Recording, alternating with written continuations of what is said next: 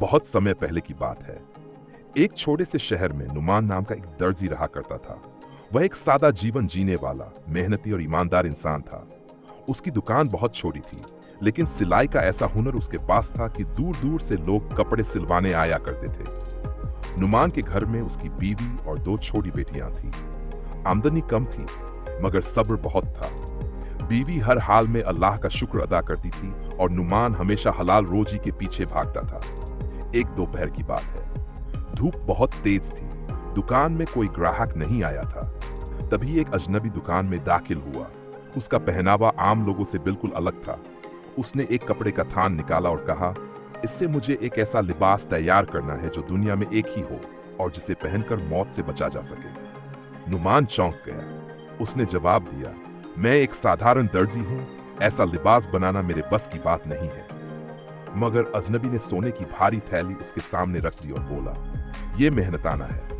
अगर तुम काम कर दोगे तो तुम्हें जिंदगी में कभी तंगी नहीं आएगी। गरीबी में जीते जीते नुमान का दिल डोल गया। उसने अल्लाह का नाम लिया और हामी भर दी। फिर कई हफ्तों तक उसने बस उसी काम पर ध्यान दिया। हर कढ़ाई, हर टांका वो इतनी संजीदगी से लगाता कि मानो इबादत कर रहा हो। वो दिन रात बस एक ही चीज सोचता, ये लिबास ऐसा हो कि जैसा दुनिया ने पहले कभी ना देखा हो। और आखिरकार लिबास तैयार हुआ।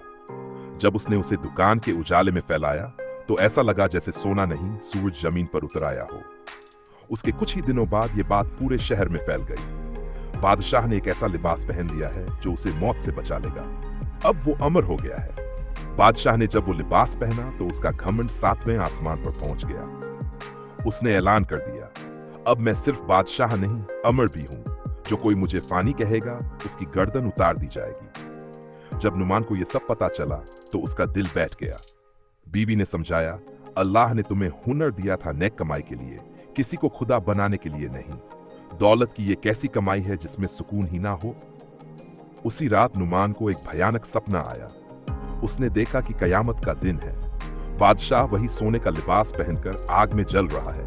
उसकी चीखें आसमान को चीर रही है और वो लिबास उस पर चिपका हुआ है जैसे उसकी सजा बन गया हो। सुबह होते ही नुमान उठ बैठा और फैसला किया, अब चाहे जो हो वो सच कहेगा। वो सीधा महल पहुंचा और बादशाह से कहा, यह लिबास तुम्हें मौत से नहीं बचाएगा। मौत से कोई नहीं बच सकता। अल्लाह के सामने सब बराबर हैं। ये लिबास नहीं, तुम्हारा घमंड तुम्हें तबाह करेगा। बादशाह आग बबूला हो गया।